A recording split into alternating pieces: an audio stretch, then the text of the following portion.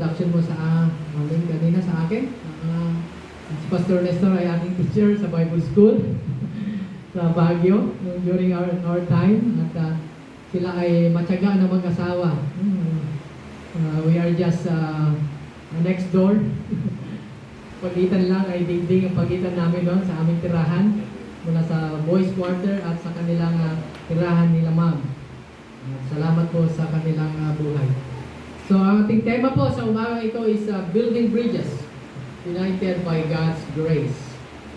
Okay, so yun po yung ating tema, building bridges united by God's grace. Ano ba ibig sabihin ng building bridges? No? Tulay. Tatayo ng mga tulay. No? Anong klaseng tulay ito? Okay. And sabi niya dyan, united by God's grace. United by God's grace. Tayo ay pinag-iisa sa biyaya ng Diyos. Okay, so para po sa ating text ay basahin po natin ang Acts chapter 2 verses 44 and 47. Okay, kaya po yung basahin yan. Pagkita yan sa slide. So if you have your Bible, please proceed to Acts chapter 2 verses 44 to 47. Yan, medyo maliliit, ano? Ang sabi po dyan, English versions, all the believers were together and had everything in common. They sold their property and possessions to give to anyone who had need. Okay? Pinagbenta nila yung kanilang mga ari-arian. No? Yung mga sanikwa nila, pinagbebenta. Anong purpose? Sabi niya, to give to anyone who had need. No? Para ibigay yung pagbentahan sa mga nangailangan. Every day, they continued to meet together in the temple.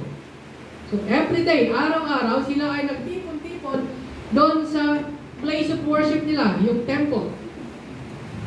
They broke bread in their homes, okay, and eat together.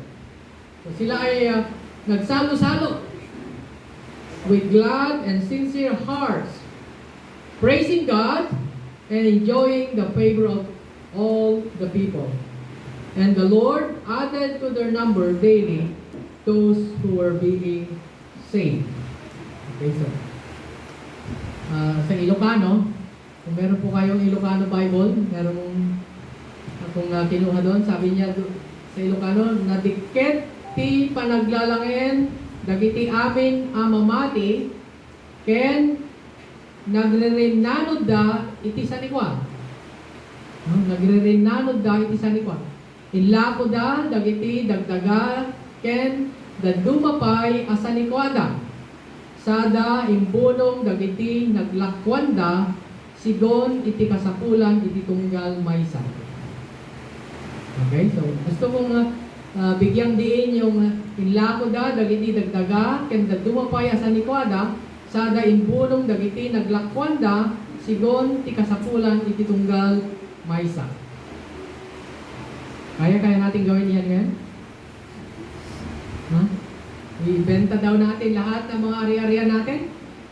No?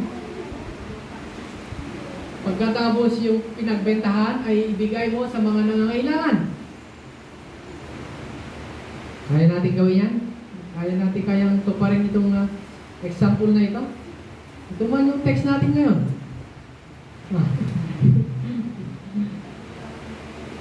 Okay, so now, what is the purpose of bridge?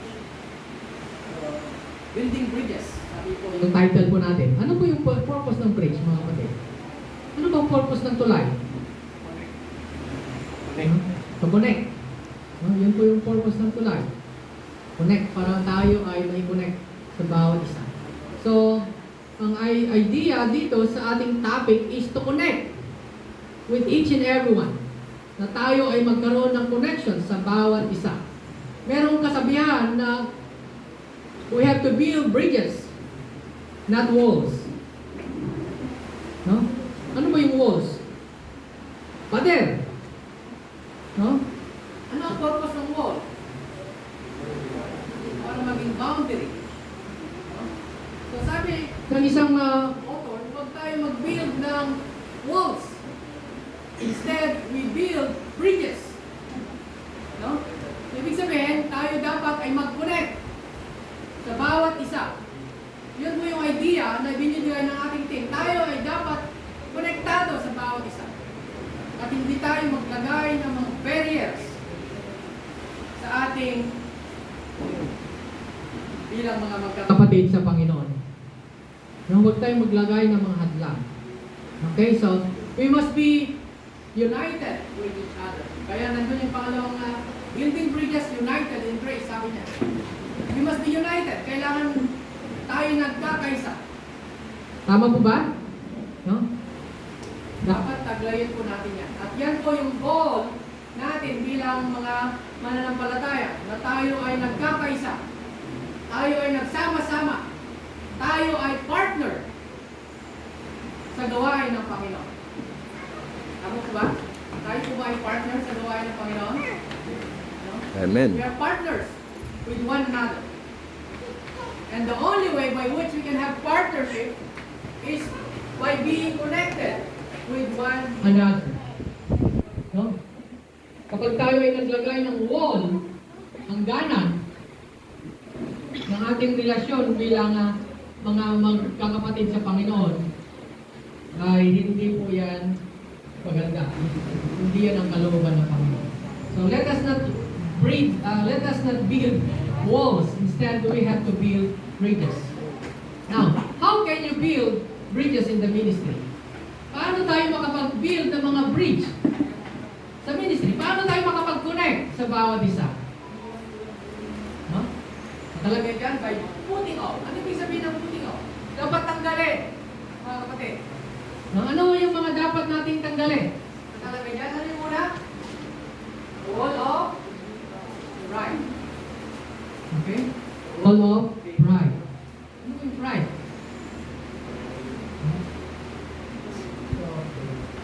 Well, maraming klase ng pride. Iba't iba rin yung expression niyan. Iba't iba rin yung manifestation niyan. But that is a wall. No? Pwede maging wall yan para tayo ay hindi makapag-connect sa bawat isa. Para tayo ay hindi makapag-partner sa gawain ng Panginoon. Para tayo ay hindi makapag-participate sa gawain ng Panginoon. Wall of bitterness. Okay, meron ba tayong mga hinanakit na kinikim-kim? No? 13 years na po itong church natin dito. Ano bang nagkikim-kim yan ang hinanakit? 13 years na? Oh. So, kailangan yung mga hinanakit kaya kapatid ay ibigay mo sa Panginoon. No? Okay? So, wall of unforgiveness. Tayo po ba ay marunong magpatawad? No? Ikaw ba ay marunong magpatawad? Do you follow what the Lord says in Ephesians chapter 5? No? As the Lord has forgiven you, kung paano ka pinatawad ng Panginoon, kapatid, sabi niya, patawad ka rin. Kaano man kalaki yan na kasalanan, as the Lord has forgiven. The basis of forgiveness is as the Lord has forgiven you. Kung paano ka pinatawad ng Panginoon, walang kondisyon. Dapat magpatawad din tayo na walang kondisyon. We don't deserve to be forgiven. We don't deserve to be saved. But God in His grace and His favor has forgiven us. Wala tayong ginawang mabuti, but God has forgiven you. No? And forgiveness can be a wall para sa ating partnership sa gawain ng Panginoon. Another is non-cooperation. The wall of non-cooperation. No, bahala na sila doon sa church. Okay? Mahirap yung ganyan. No? Dapat ay tayo ay sama-sama sa gawain ng Panginoon. No? So, and the wall of apathy. Ano yung apathy? Walang pakialam, walang pakiramdam. No? Kahit nire-remind mo, pagsabihan mo, para pumasok dito, lumabas sa kabila. Well, sana ay bilang mga anak ng Panginoon ay kung tayo ay naniniwala na Tinawag tayo ng Panginoon, tinawag ka, niligtas ka, nilagay ka niya sa kanyang katawan. Ay, hindi pwedeng maging ganito yung attitude natin. No? Hindi pwedeng taglayin natin yan. Okay, so, mapapag-aralan natin mamaya yung bakit. How to build bridges and not walls. Paano tayo mag-build daw ng mga bridges, not connections? Number one, accept your personal responsibility in the ministry. Do you accept? Tinatanggap mo ba yung personal mong responsibilidad sa gawain ng Panginoon? Sometimes, ayaw natin ma-involve kasi ayaw natin yung responsibilidad. Pero hindi pwede, kapatid. Hindi pwedeng wala kang responsibilidad. You are part of the body. Membro ka ng katawan. At bilang membro ng katawan, you have functions, meron kang responsibilidad na gagampanin. Any parts of our body ay merong kanya-kanyang parte na ginagampanan. If just one part of our body ay hindi gumaganap, apektado ang lahat. Alam na natin yan, naririnig natin yan. Masakit. Kahit isang parte lang ay mayroong sakit, buong katawan ay mayroong sasaktan. No? Kapag mayroon isang leaders or elders, kahit sa youth yan, o sa elders yan, hindi gumaganap yan, apektado lahat, ramdam lahat. No? Masakit. Pero nararamdaman niya. Kaya sana ma-realize mo yon, yung part mo na yan, kapatid. And you have to accept that personal responsibility. Hindi mo lang responsibility dito yan sa church, kundi responsibility mo yan sa Panginoon. So, hindi mo lang responsibility yan dito sa church, kundi responsibility mo yan sa Panginoon. Someday, no, you will be accountable before God. Accountable ka yan sa Panginoon kapag hindi mo ginampanan yung dapat mong gampanin dito sa gawain ng Panginoon. Accountable ka yan sa Panginoon. May accountability ka dyan. No? To accept your personal responsibility in the ministry. Yun yung una-una. No? Kailangan dumating tayo sa punto na yan. Na tanggapin mo. Huwag mong i-resist yung responsibility. Huwag mong tanggihan. Huwag mong takasan. If you believe that you are a member of the body of Christ, kung ikaw ay naniniwala na ikaw ay isang Kristiyano at mananampalataya, then you have to face your responsibility in the body, in the organization, in the church. Harapin ko yan. Ipagtulungan. No? Number 2, prioritize heavenly matters over worldly and personal matters. Prioritize heavenly matters over worldly and personal matters. So, ano po yung priority mo sa buhay? Ano priority mo bilang anak ng Diyos? Ano priority mo bilang Kristiyano? Ano yung priority mo bilang professional? No? Kita ko dito, may mga professional na dito. Ano priority mo? Ano priority mo bilang member ng church? Kasama ba yan sa priority mo yung gawain ng Panginoon? Kasama ba yan? Sana kasama po yan sa priority. Dapat lahat po ng ating ginagawa, nakakonect palagi doon sa ministry ng Panginoon. Palagi, no? Kahit sa mga plano, dapat nakakonect palagi doon sa gawain ng Panginoon. Don't make a plan na independent o walang connection sa gawain ng Panginoon, sa ministry. Useless yung buhay na yan. Pag meron kang gaano man kaganda yung plano na yan, personal na plano yan, pero hindi yan connected sa ministry at hindi nakakatulong sa gawain ng Panginoon, walang halaga yan. Walang eternal value. Dapat magplano tayo, merong eternal value sa Panginoon. No? Kaya, kayo mga bata, mga young people, professionals, dapat, kung nagtatrabaho ka, ano yung purpose ng trabaho mo? Just for yourself? Para sa iyo lang?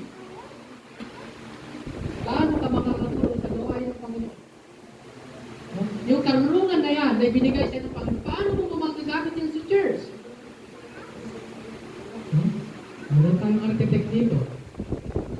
May engineer. Naisip ko kanina, pagdating ng panahon, magiging maganda itong church na ito.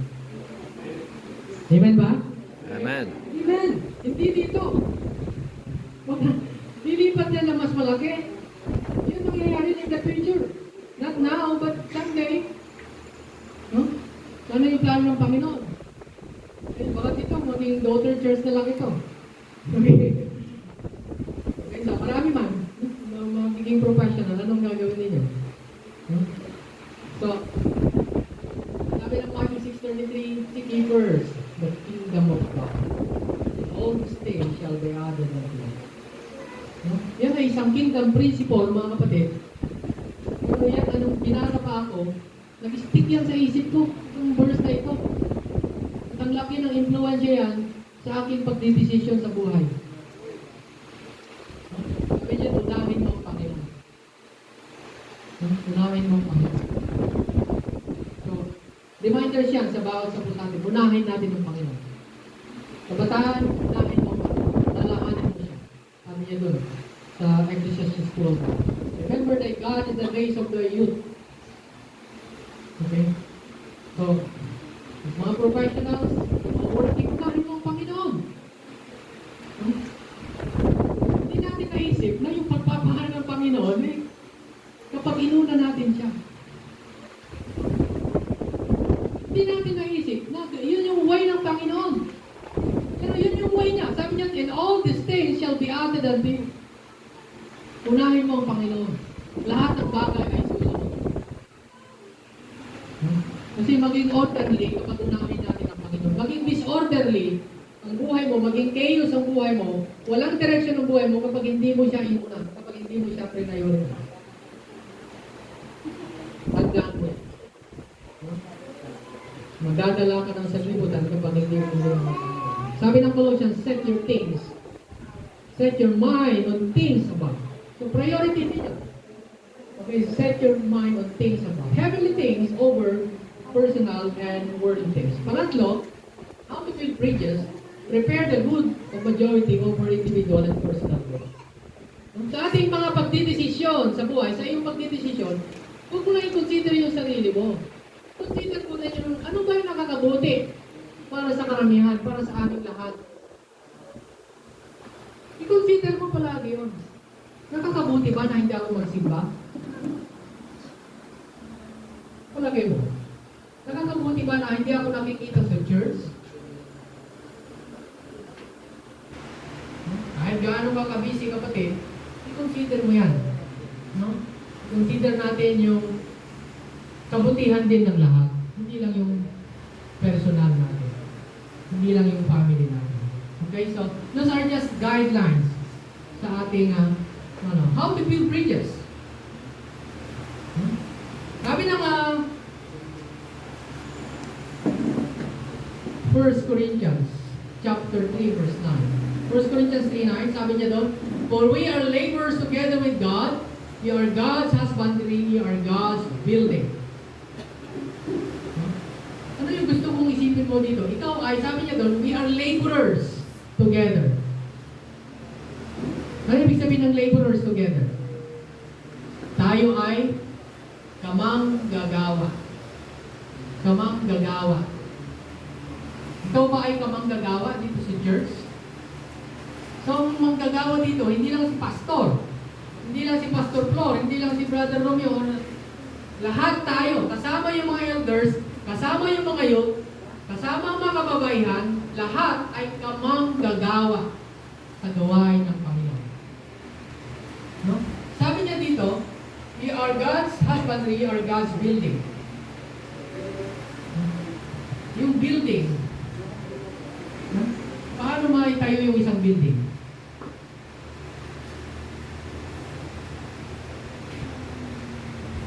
May isa bang gumagawa? O marami sila? Yung building? May isa bang gumagawa ng building? Ay, yung iakyat ng yung mga buhangin doon? Yung mga graba sa second floor, sa third floor? Lahat ng mga scaffolding, lahat ng mga gamit? Kung mag-iisa lang siya? Pero kung magtulong-tulungan, kapag marami, nagtutulungan, Kahit gaano man kalaki yan, 100 floors man yan, nabubuo, nagagawa. Sabi niya dito, we are God's labor. We are fellow laborers. We are laborers together with God. So, kasama ko doon. And we are building the body of Christ. We are building the body of Christ. Ano yung binibuild natin?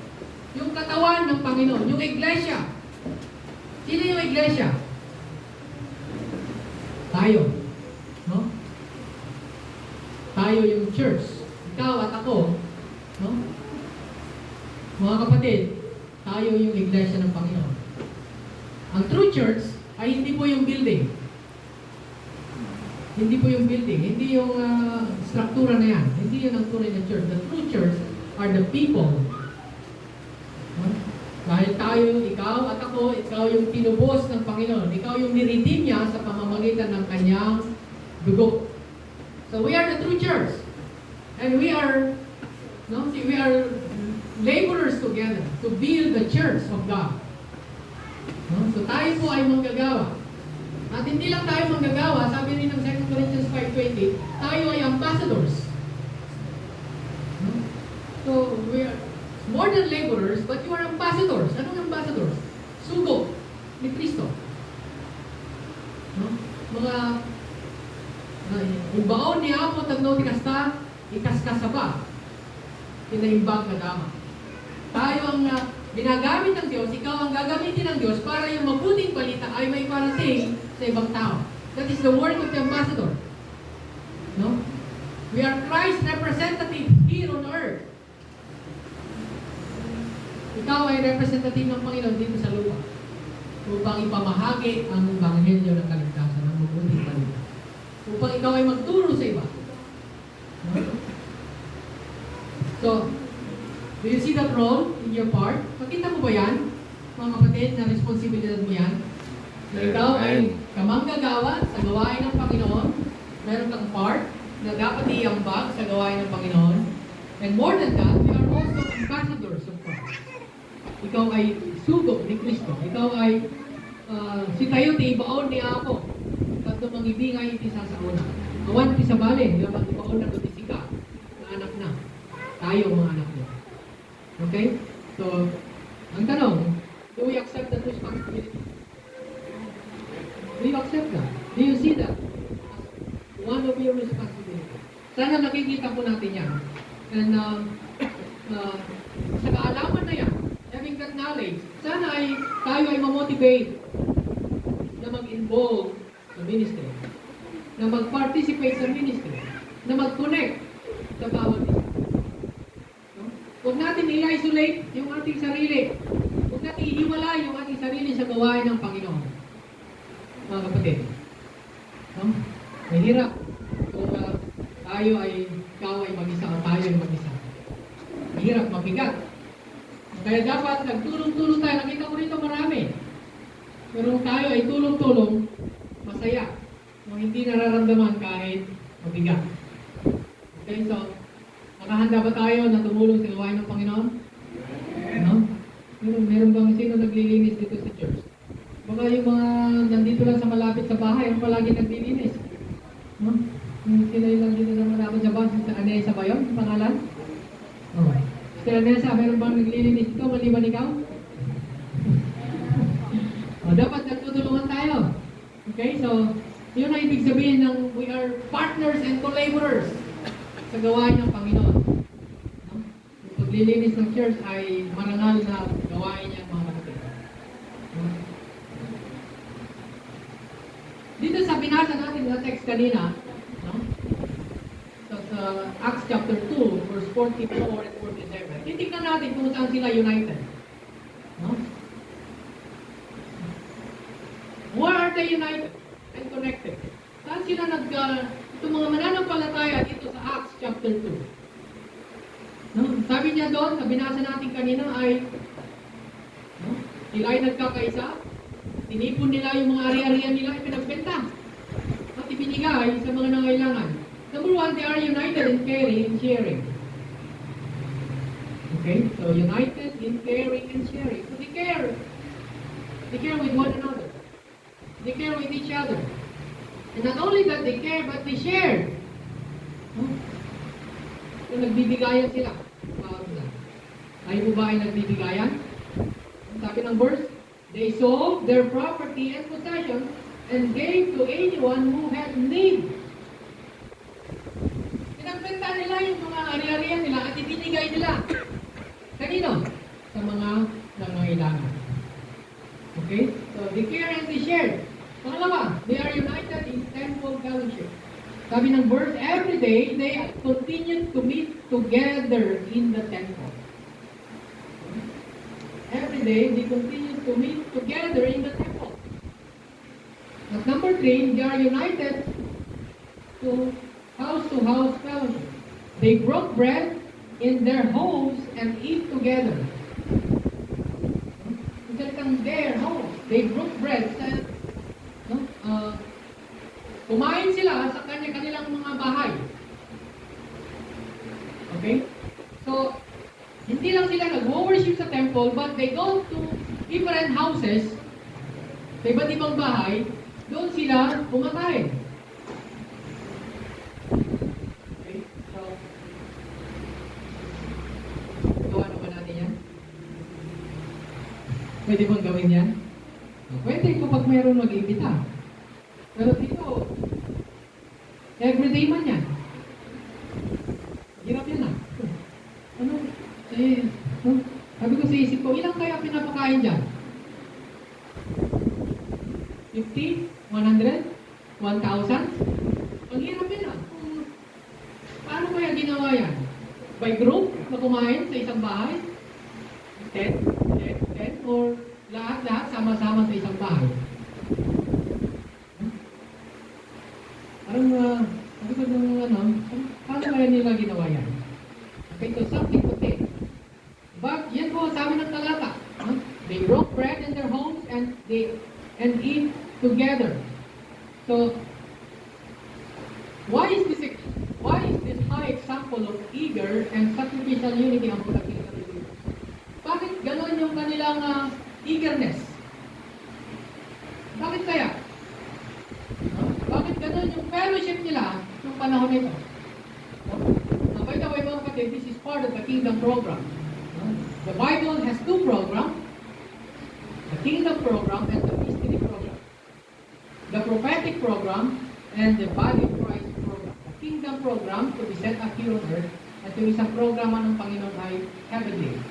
Okay, so itong part na ito ng Acts ito ay yung sa earthly kingdom. Bakit nila ginawa yun? No? Number 1, because the kingdom of heaven is at hand. Kasi malapit na itatatag ang karyan noon.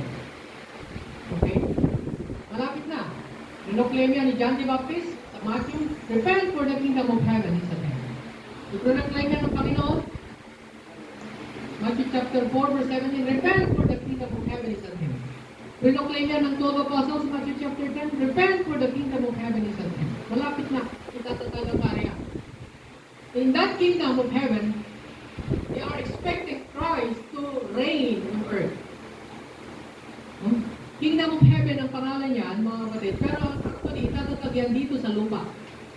Bakit tinawag na kingdom of heaven kung dito sa lupa itatatag? Because the one who will rule will come from heaven. The Lord Himself will come from heaven. Dito siya itatatag. It will be a kingdom here on earth. But it will be a heavenly kingdom because the one who will rule is the Lord Jesus Christ Himself, the King of Kings and the Lord of Lords. But it will be a kingdom of heaven here on earth. No? And there was this promised restitution of all things. Tatalakayin ko natin yung and may mga instructions sa kanila ng Panginoon. Sa Matthew, mababasa niyo yan. Bakit binigay nila yung ari-arian nila noon during that time? Kasi may instruction sa kanila ng Panginoon. Ano yung utos niya?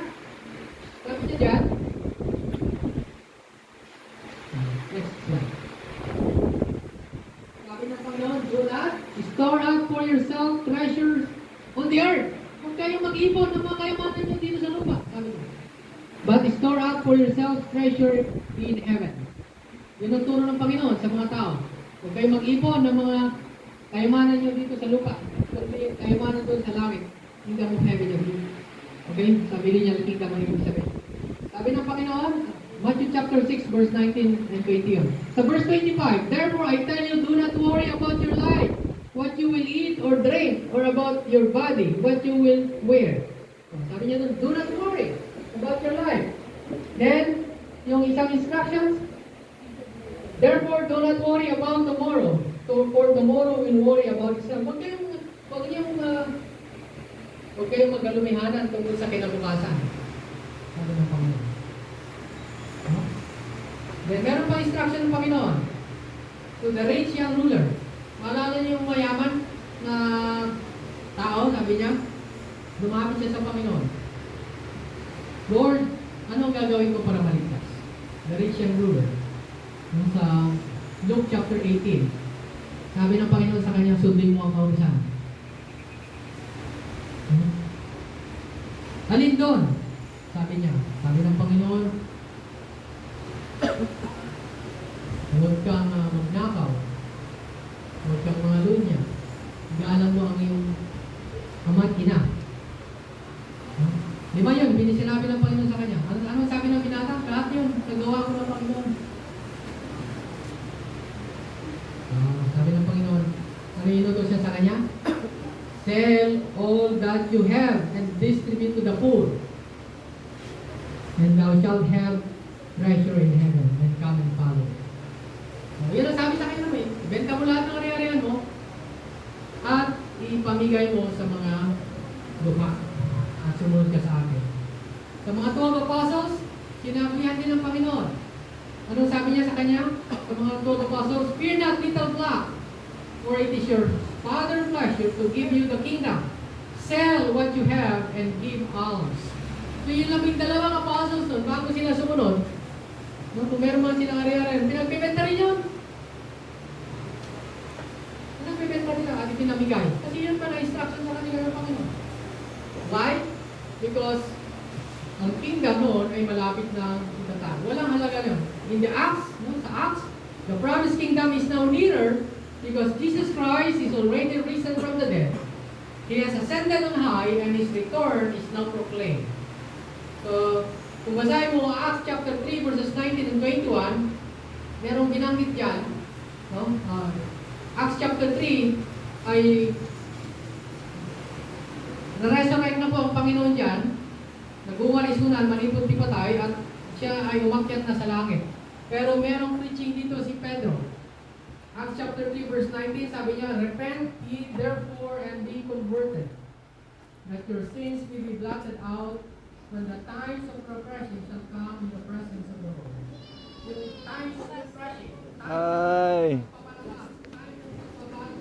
Hello, God bless. Uy, Aliyah, tuloy na. Bless. Kaunti pa, abanti. Ipapark siya? Ay, Bar Jonathan pa lang dito. Kaunti pa, Bar Jonathan. Para maka-kuya doon.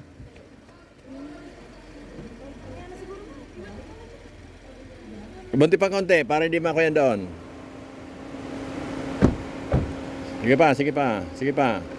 Hep, hep, hep, hep, hep. Sige, tuloy na kayo. Okay, ayos na. Kumusta? Tuloy, tuloy, tuloy.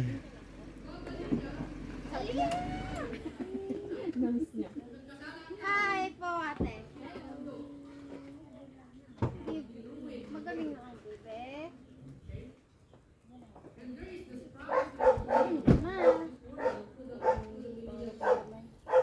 Sino pa nandito? Come, sige. May tao pa? Sige, tuloy kayo doon para mapakuya natin. Makahabol pang kaunti sa message. Andoon sila, bibi, sa likod. Nasa likod sila. Akin mo. Mainit sa likod eh.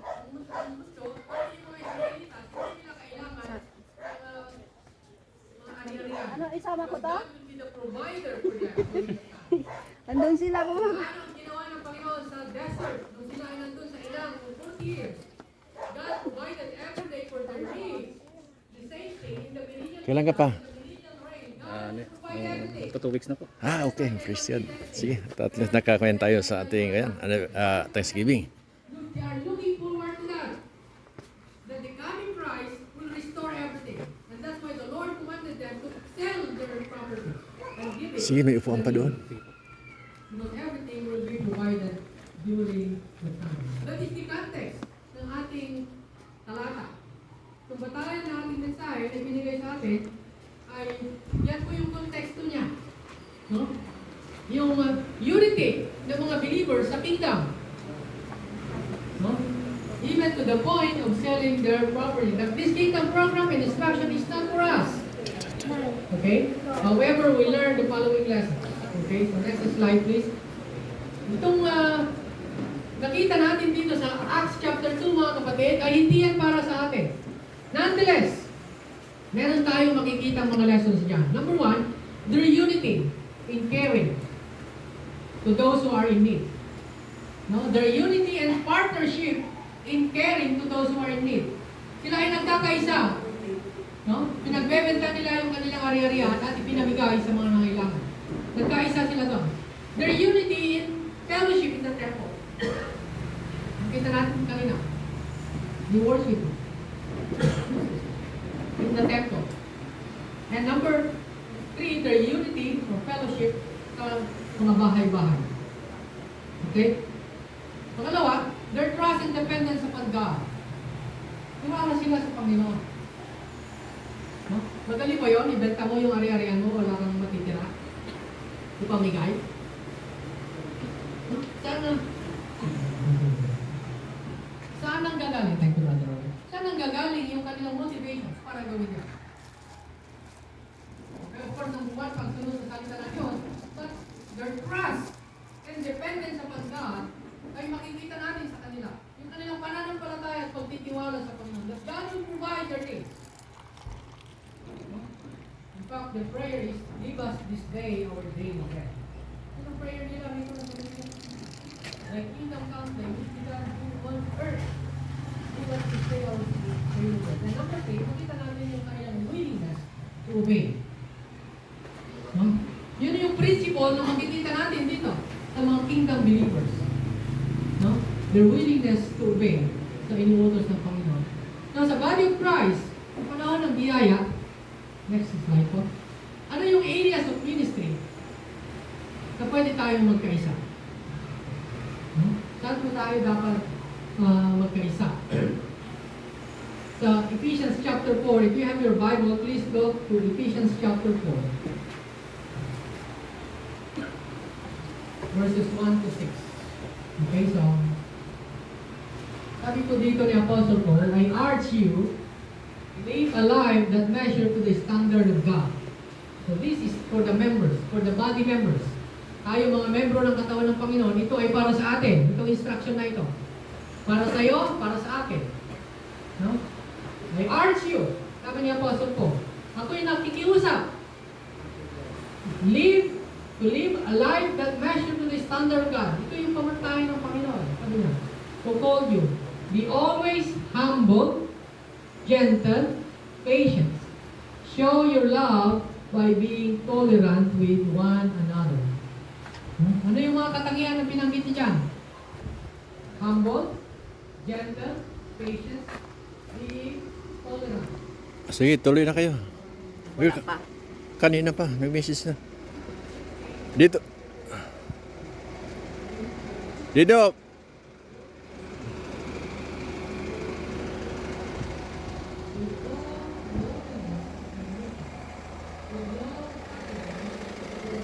Diyan na lang, Brother JR. Diyan.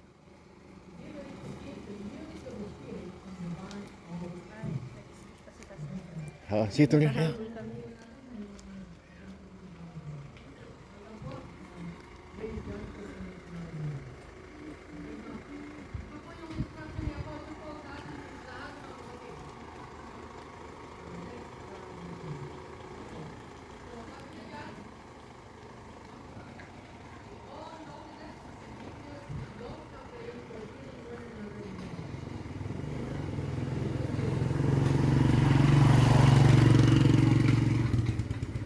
Pwede na.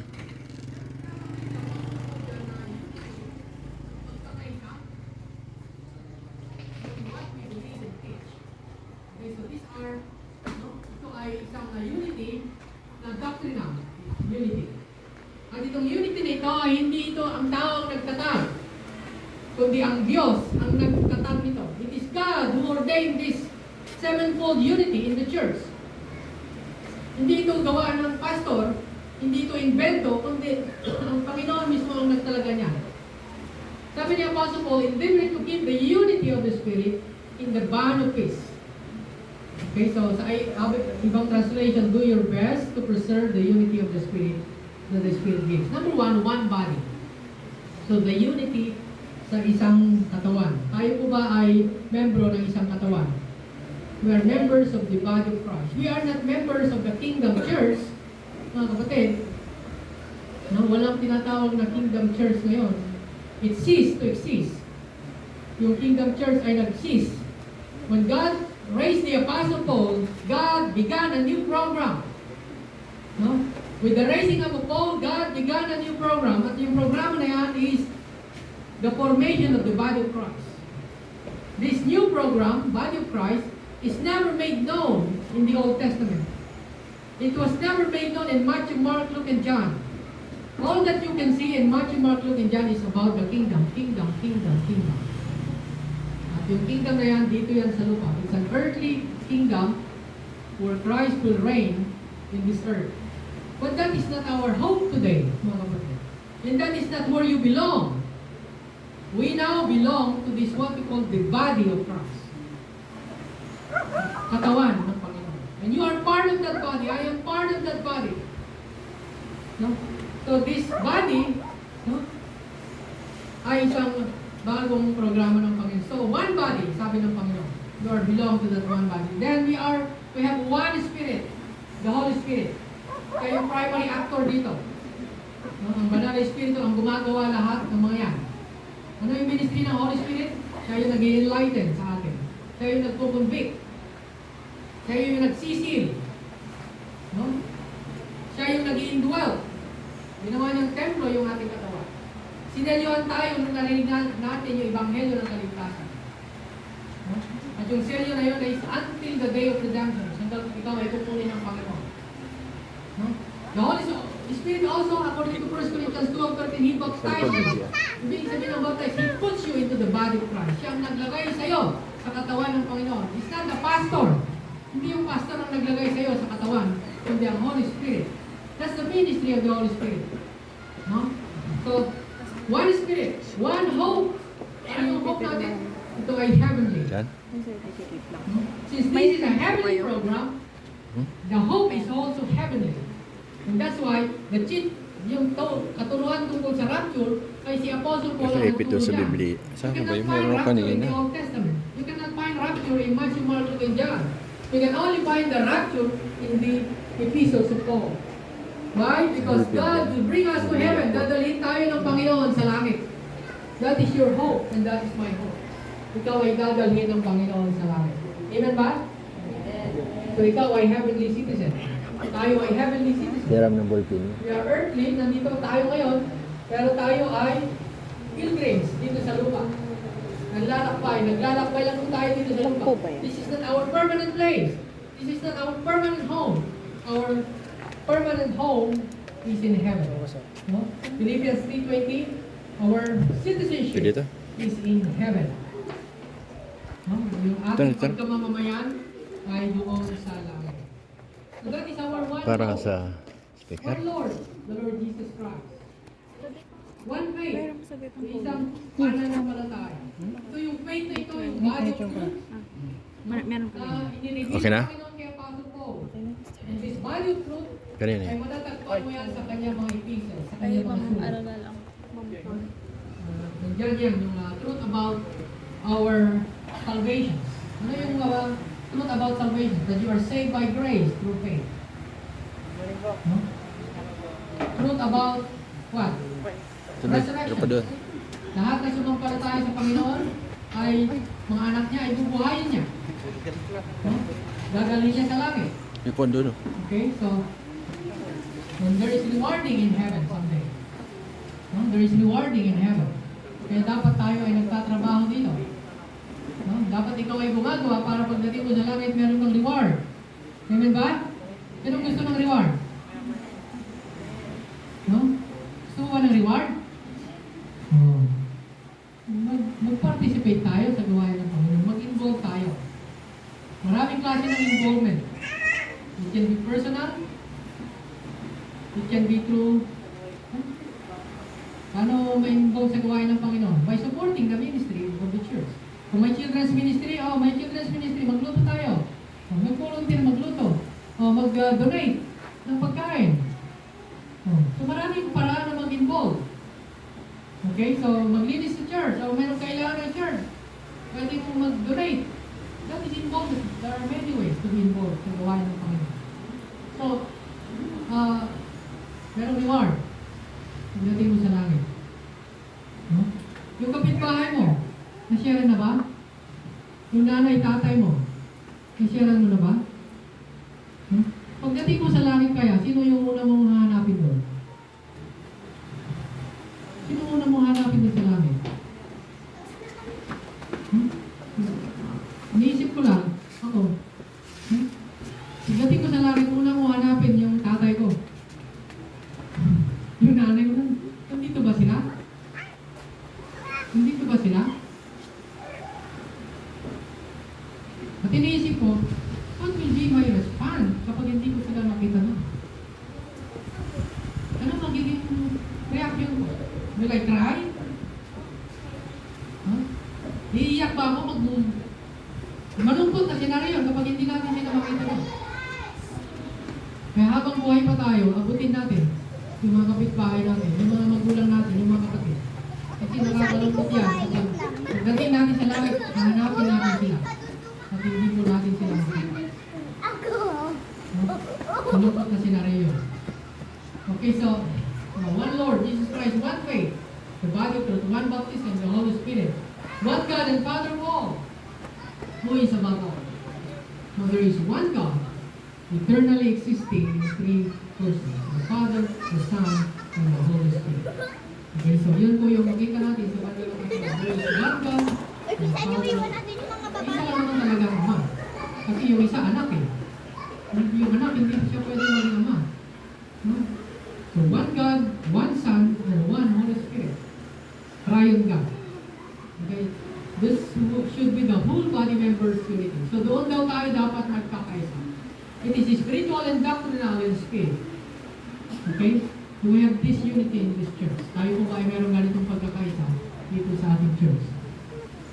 Okay, so praying na sana ay magkaroon tayo ng ganyan. Unity in our characters and values. Okay? Unity in our characters and values. The next slide. Yan. Balik po tayo sa Ephesians.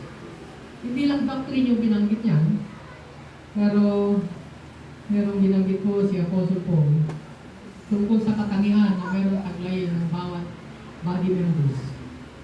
Sabi niya dyan, sa King James, with all lowliness. With all lowliness. This is attitude.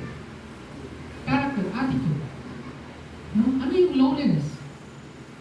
With all humility. With all humbleness. Yan daw ang katangian ng isang mananampalataya. No?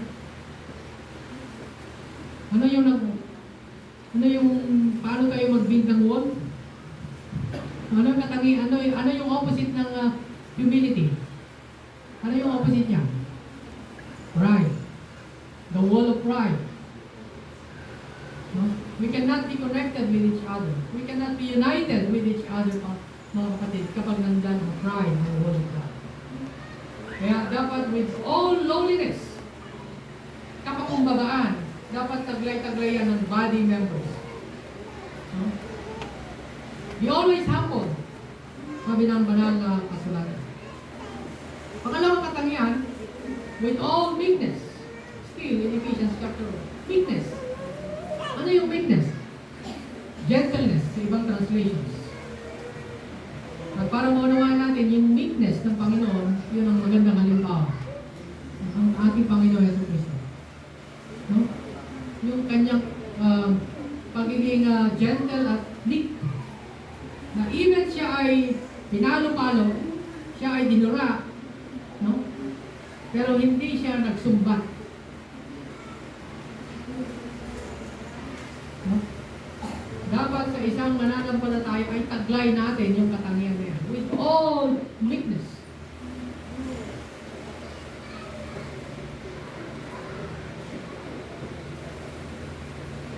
Mga tatlo, sabi niya dun, with all long suffering. With all long suffering.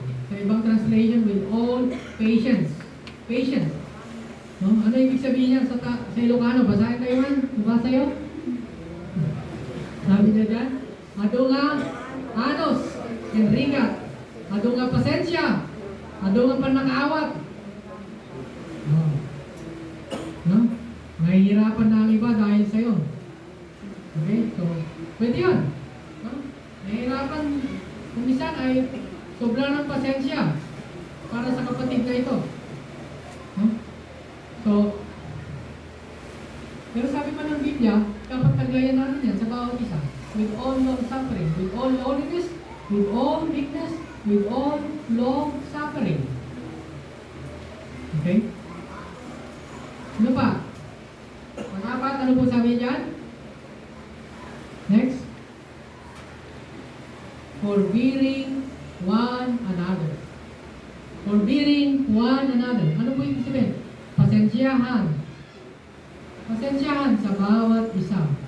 Unawain ang bawat isa. Pagtiisan ang bawat isa. Pwede bang pasensyahan tayo sa bawat isa? Pwede bang mag-unawahan tayo? Kasi hindi man tayo perfecto lahat. Pagpasensyahan niyo ako dahil hindi ako perfecto.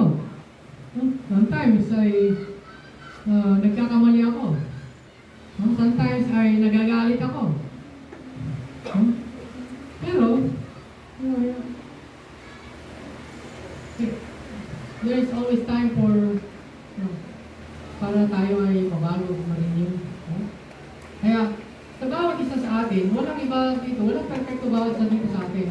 Kung maghanap ka ng perfecto na personalidad, wala. Kaya, tamang-tama itong nilagay dito na prescription ni Apostle Paul kung paano tayo magturingan sa bawat isa. No? Kailangan niya, sabi niya doon, with all lowliness of mind. No? Kapakumbabaan sa kaisipan, sa pag-iisip. With all meekness. No? With Pagkatapos all ng church. suffering. At sabi pa niya dyan, forbearing one another. No? Yung salitang forbearing ay magtiisan. Yun. Magtiisan natin yung bawat. Oh, yan. Yung unang pintuan niya. Sometimes hindi pa siya ganun ka-mature, kaya ganun pa yung ugali niya. Unawain natin yan. Bago pa siya sa gawain, bago siya sa ministry. Maraming imperfections. No? Kahit sa estudyante sa Bible school, pagdating nila doon, iba-iba yung kanilang personality. No? Merong mas mature na, meron pang mas bata pa. So, unawain yung mas bata pa. No? Ganyan, ang dapat. Kailangan nag-a-adjust tayo sa bawat isa. Kasi kung hindi, nahirap po. No? So, anusan tayo, itong galmaysa. Magbibinadan tayo. Magtulungan tayo. No? Kawatin, itong galmaysa. Tanggapin natin ang bawat isa. Kung sino siya, yung pagkatao niya, tanggapin natin. Someday, God will make him a better person, a better Christian, a better leader. He will learn it in the process. He will learn it in the process. Matututunan niya in the process yan. So, ganun din sa atin sa bawat isa. Habang tayo ay naglilingkod sa Panginoon, nagpapatuloy, no? Kailangan ay magtiisan po tayo sa bawat isa. Amen po ba? Amen. So, muna ni Apostle Paul. Next slide. Yan ang Ilocano niya. Nabasa niyo ba? Hindi. Kaya basahin? Sabi niya dito, pakinggan niyo, Ngarod, iyunay-unay ko nga agbiag kayo kas mahikari iti nangayaban ti Diyos kada kayo. Kanayon ko nga napakumbaba. Okay? Dili ko, kanayon ko nga napakumbaba. kayo. Naanos and nasingpet. Ipakita yon, iti ayat yo, babaen, iti panagtitinulong yo. Amen. Napakaganda, di po ba? No? Kanayon kumangag napakumbaba kayo. Naanos and nasingpet.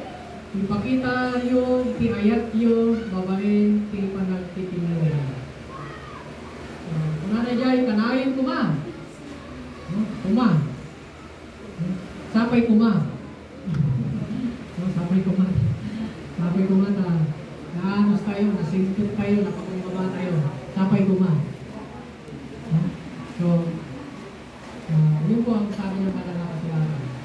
Okay, so kung taglayan natin yan, ay pwede tayong nagtutulungan, nagkakaisa. We can be partners in the ministry kapag taglayan natin. No? Mananapay, next slide. Aramidin nyo, iti amin, at kabailan nyo. Pamataginayon, iti panagkay kaysa nga ited ti Espiritu. Babaen, iti tanang mangsinggalot kada kayo. Okay, ano instruction sa atin? Naramidin nyo, iti amin, at kabailan nyo. That's a lot of effort. No? That's a lot of work. Kung naramidin nyo amin ang kabailan nyo. So, kailangan talagang mag-strive. No? Mag-strive tayo sa bawat isa para ma-achieve natin yung unity in the body. Mag-strive tayo sa bawat isa, mag-contribute ang bawat isa, gumawa ang bawat isa para tayo ay makagawa sa gawain. Bawat isa dapat merong mayaman. Okay? So, maramidin nyo iti amin na kabailan nyo. With all your might, with all your strength, sabi ng Panginoon, ay gamitin mo. Why? Kasi kung hindi natin gawin yan bawat isa, mahirap natin ma-attain yung unity. Sabi ng teacher ko noon, kapag ikaw ay merong estudyante sa klase na 50 ng mga estudyante, 50 personalidad yan, iba-iba yan, ang personalidad, nagkakabanggahan lahat yan, yung 50 na yan. Simbahan, bilang tayo sa simbahan. No? Kung meron tayong 50 sa simbahan o 100, lahat yan nagkakabanggahan. Totoo yan, mga kapatid. Totoo yan. No? So things to come, Board of Trustees natin, 9 kami. Kung minsan nagkakabanggahan kami. Yung mga talagang nagkaklas yung mga idea, kung minsan may tampuhan pa. Siyam lang yun. Mas more kapag mas marami sa simbahan. Kaya hindi yan naiwasan. Pero, ang maganda doon, meron tinatawag na love, forgiveness. Yun ang importante. Yung love and forgiveness and yung acceptance natin ng bawat isa, yung pagkakaiba natin. Minsan yung pagkakaiba natin ay unti-unti yan naayos. Pero, huwag tayong mag-build ng wall. Huwag tayong mag-isolate. Huwag tayong mag-separate. No? Yung tampuhan, parte yan ng ministry. No? Hindi lang ikaw ang nagtatampo. Pati yung pastor din nagtatampo sa'yo. No? Nasubukan mo na yan, Pastor Nestor? Tatampo ka sa mga members, sa mga elders. No? Masakit yan. No, masakit. Very painful. Kapag ako nasusubukan ko yan. Very painful. So, tayo bilang magkakapatid, dahil magkakaiba yung personality natin, kaya tama yung instruction dito. No? Sabi niya doon sa no? With all lowliness of man, humility, sabi niya. With all meekness, with all long suffering, pagtisan, with forbearing one another. Wala tayo. Forbearing one another. So, awitin. Kung ano yung bigat ng isa, magtulungan. Magdamayan. Yun.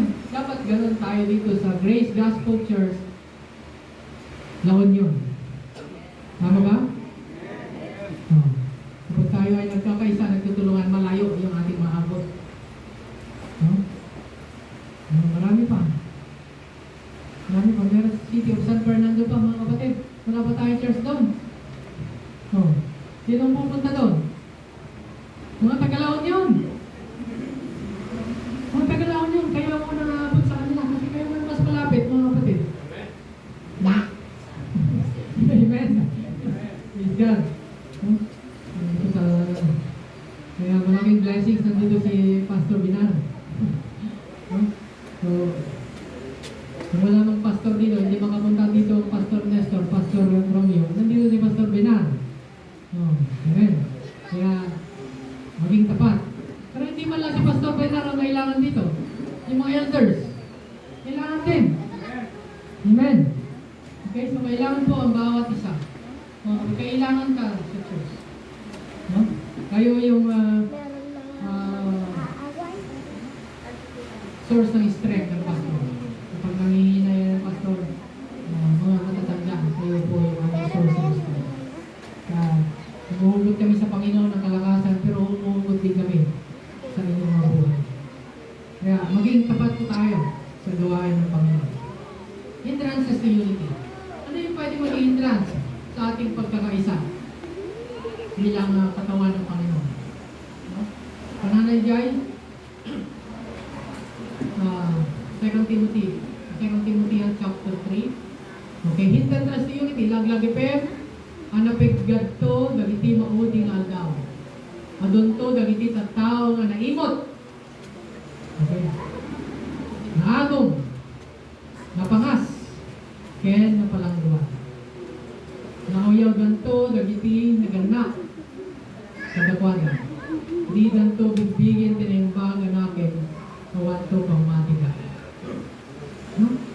Ito ay nakikita ko na magiging hindrance sa unity bilang magkakapatid sa gawain ng Panginoon. Ano yung mga nakalagay dyan ng mga katangian? Kanina yung katangian sa Ephesians chapter 4. Humility, meekness, long-suffering, no, forbearing one another. Dito naman, ano yung mga pwedeng maging hindrance? Sabi dyan, naimot. Ano ibig sabihin? O, Ilocano tayo, amutoy tayo ta. Magbigay ka naman, kapatid. Mag-share ka naman. No? Ano pa? Naagom. Okay, so. Magpinsan yan. Magkapinsan yan. Sinaimot at sinabi. Magpinsan yan. Ano pa? Napangas. Ano yung napangas? Mawatan tayo dito. Napangas. Napangpangas ka man. Binatay ko yung ko yan. Nakita mo na isang yung sino. Pastor, nakaya sa mga dito. Paano siya hindi kumalungan? Napangas. Ano yung napangas? Parang hangog yan, di ba? Tama ba yan? Hangog? Napangas? No? Kaya ba? Okay. Napalangguan.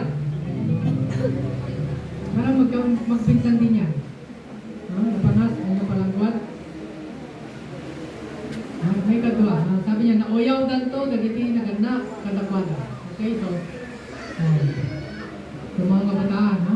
Nauyaw danto, dagiti naganak, kadakwada.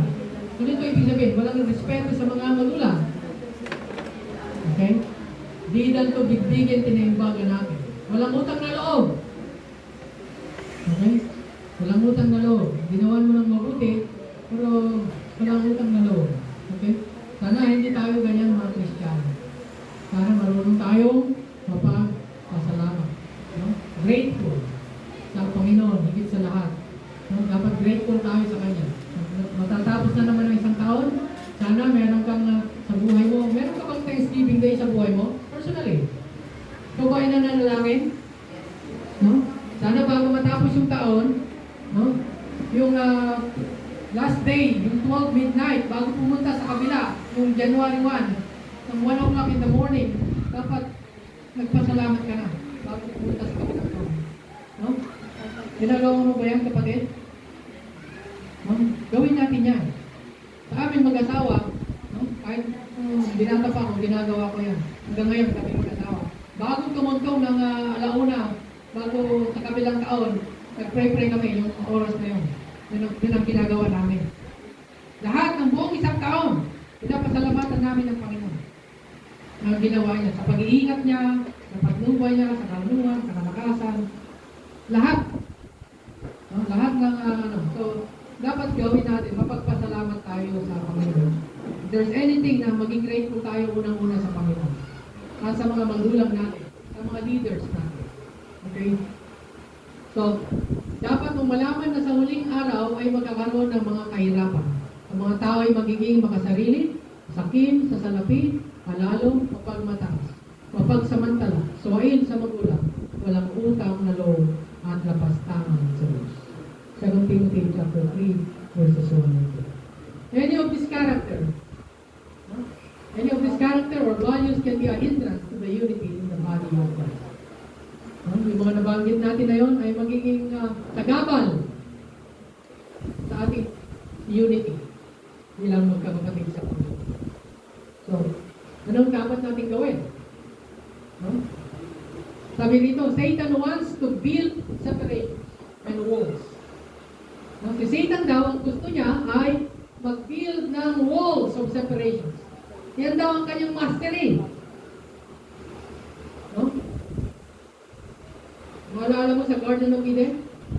Gumawa siya ng paraan para ang Diyos, ang tao ay maiwalay sa Diyos. Bilin lang niya sila Eva at Adan. Because of that, bumagsak ang tao sa kasalanan at nahiwalay sa Diyos. Ever since the beginning of time, yun ang ginagawa ng Diablo. Na mayroong walls, maiwalay tayo sa bawat isa. At bilang magkakapatid, ganun din ang gusto niyang gawin. Na meron tayong walls sa bawat isa. Pero yan ay hindi kalooban ng Panginoon. But God wants us to be connected with Him and to His church, the believers. Gusto ng Panginoon, ang kalooban niya na ikaw ay konektado sa church. Sa ating lahat bilang magkakapatid. Dapat tayo ay magkakasama sa gawain. Satan wants us to be disconnected with the Bible. Gusto niya mahiwalay ka sa Bible. Gusto niya hindi ka nagbabasa. Gusto ng Panginoon. Si Satan ay kung cellphone mo na lang hawakan mo. Gusto niya ma-disconnect ka sa Bible. Disconnected with God. Wala nang prayer. Wala nang panalangin. Disconnected with the Holy Spirit. Life in the Spirit. Living in the Spirit. Dependence on the Holy Spirit. Disconnected with fellowship of the believers. Ayaw niya lang pumunta ka sa church. Gawin ka niyang busy. Okay? So disconnected in the ministry. So wala kang involvement sa gawain ng Panginoon. Yun ang gusto ni Satan. So how do we build bridges and united? Okay. So paano daw tayo mag-build ng bridges? Sana itong taon na ito na darating, in the coming New Year, it's a good start out to build bridges instead of walls. Sana mag-build po tayo ng mga bridges. Mag-connect tayo sa bawat isa. At sana ay taglayan natin itong mga katangian na ito. Ito po yung susi. Sabi niya dyan, lowliness of mind and meekness is the key. So yun daw po yung susi. Yung kapakumbabaan sa bawat isa. At ang Panginoon ang nagbigay ng pinakamagandang halimbawa. Jesus is the greatest God connector. Kung tayo ay nahiwalay sa Diyos, ang Panginoon Jesus ay pumunta siya dito sa libutan at inabot tayo. At dahil sa biyaya ng Panginoon, dahil sa Ebanghelyo ng biyaya, tayo ay naabot. At tayo ay naging mananampalataya. Ikaw din ngayon ay dapat umabot din sa bawat isa. Abutin mo ang kapwa mo mananampalataya at abutin mo yung mga hindi pa nakakilala sa iyo. Nakakilala sa Panginoon. That's why we are ambassadors for God. Amen ba? Tayo ba ay willing na mag-connect sa bawat isa? Tayo ba ay willing na maging part sa gawain ng Panginoon? No, we are partners in the ministry. Partner po tayo sa gawain ng Panginoon. Ang gawain ng Panginoon ay partnership. Sabi ng Biblia, we are co-laborers together. Tayo ay kamanggagawa ng Panginoon. At meron kang bahagi. Pakibasa yung next verse. For you are all one in Christ Jesus. Lahat daw po tayo ay isa sa Panginoong Jesucristo. Galatians 3:28. Next verse. Sabi natin, receive ye one another as Christ also received us. Romans 15:7. Receive ye one another.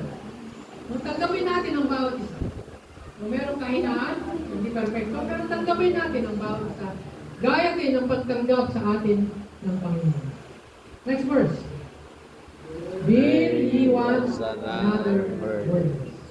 Sana itong mga tatlong talata na ito ay maging reminder sa atin sa buong taon, sa ating buhay, as we move forward to the next year, ay sana maging mas malakas yung ating pagtutulungan sa gawain ng Panginoon.